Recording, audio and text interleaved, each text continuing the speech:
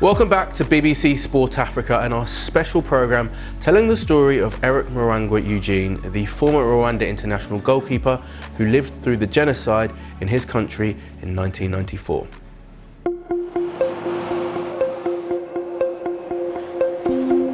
So the soldiers were going around the house, throwing things up and down. It was very scary. I can still, hear their screams right now.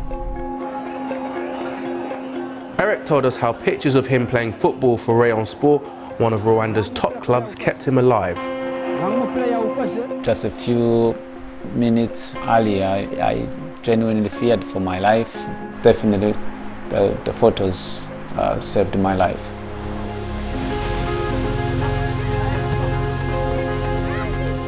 Now, more than 25 years on, he's using football to heal the divides in his home country.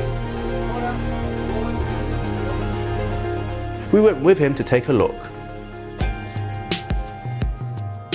We are at Togetherness Center. It's a place that brings people together, especially young people. So this is the man who made it happen. His name is Pastor Stephen. Hi, Stephen. We would really love to know a little bit more about yourself and how you came to bring this center together.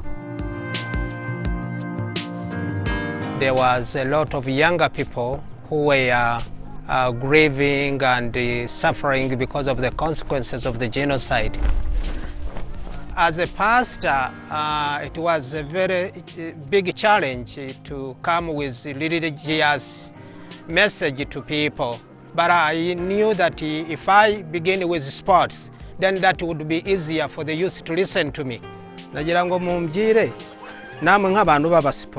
So we wanted to use sports to encourage the community for peace building, for reconciliation. Each one would do, I thought that maybe it's only me such a problem, but there is a lot of others who went through such a terrible situation. The center is trying to build a proper football field that will be used as part of their long-term plan.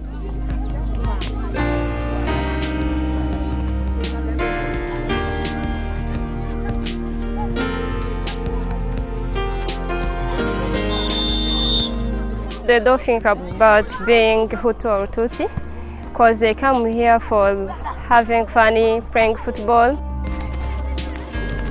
My family was affected, yeah, but it's for one party of my father's family. Yeah. One of them, they are Tutsi, others was Hutu. Yeah. I don't like to talk about that. We started with 9 children, and today we are 240, which is amazing.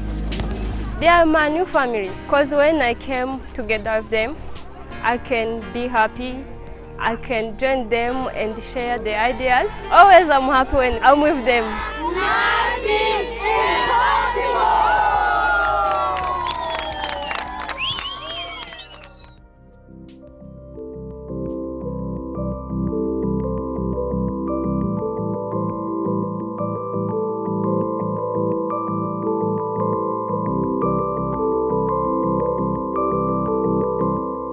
We are on our way to Nyanza in the south of Rwanda. So it's about 1 hour drive from Kigali.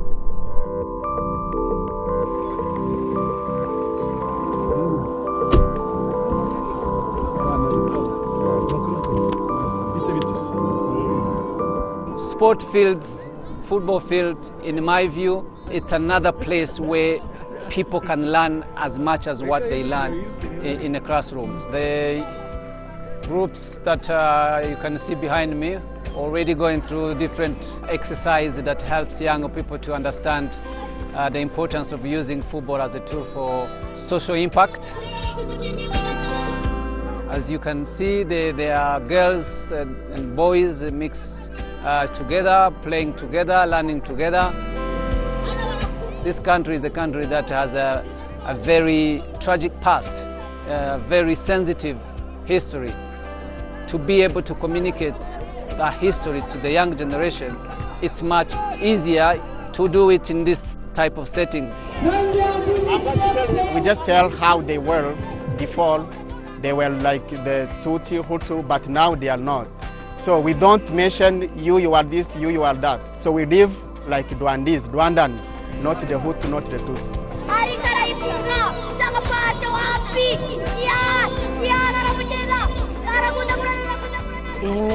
These games we play allow us to relax and encourage us to avoid conflicts and discrimination. It helps me to better understand what happened and gives me motivation to stand against that mindset myself and towards others.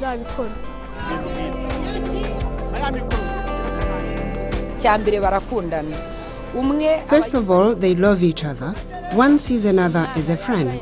They sometimes visit each other, and as a parent, we are happy to be part of it because it reflects the unity and reconciliation between Rwandans.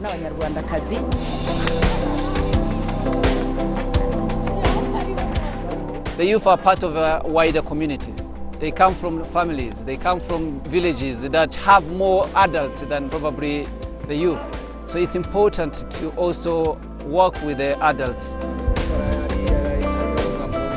This generation has no idea of what happened 25 years ago, or they don't necessarily have a direct connection with it. It's their parents, it's their neighbors who have much more connection with that. One of them is Mr. Kamuhanda, who I played football with, So this gentleman, I played football with him many years ago when he was part of second team of Rayon Sport. He has a very important story to share.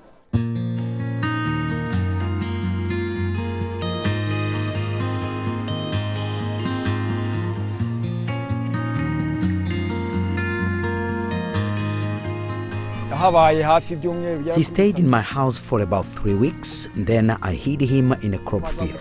People came hunting for him and he ran away. He was killed. I was interrogated and they were not convinced by what I told them, so I was sent to jail, first in Nyanza. But later, people came forward and confessed to the mother. I should not have let the child go. It hurts me in my heart. I'm the one who brought Kamuhanda to this team even though I knew his history. What made me bring him here is because I trusted him and his desire to reintegrate into society. When I came back from prison, I was not at ease being around people. I was not able to look people straight in their eyes. It was a big problem for me, but because of sport, I have now learned to accept myself and they accepted me. Someone who knows they committed genocide should confess and apologize and they will be forgiven. This morning, I was at church and a woman came with someone who killed her family. On top of that, she showed terrible machete scars all over her body.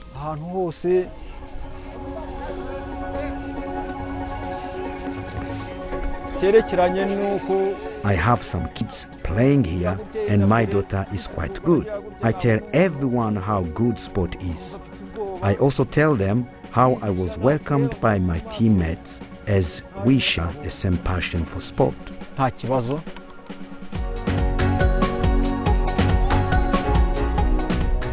Football, to me, is a powerful tool to really bring change to people, to influence people positively. And I use it today to make sure my children and the children of my friends and neighbors will understand the danger of division. It's a long and hard journey of changing the mindset of people. It's not something that you can finish in 5, 10 or even 20 years' time. It will be here for a long time, but I'm pleased on what has already achieved. Football saved my life.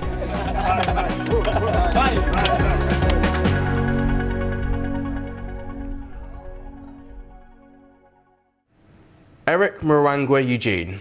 Not only did he play football for Rwanda, he's now using it to help rebuild his country as well. a man with an incredible story and a great example of the power of sport. I hope you've enjoyed this special edition of BBC Sport Africa. We'll be back next week with more of the best sport from around the continent. And remember, you can get in touch with us in all the usual ways. Until next time, I'm Isaac Fannin. Goodbye.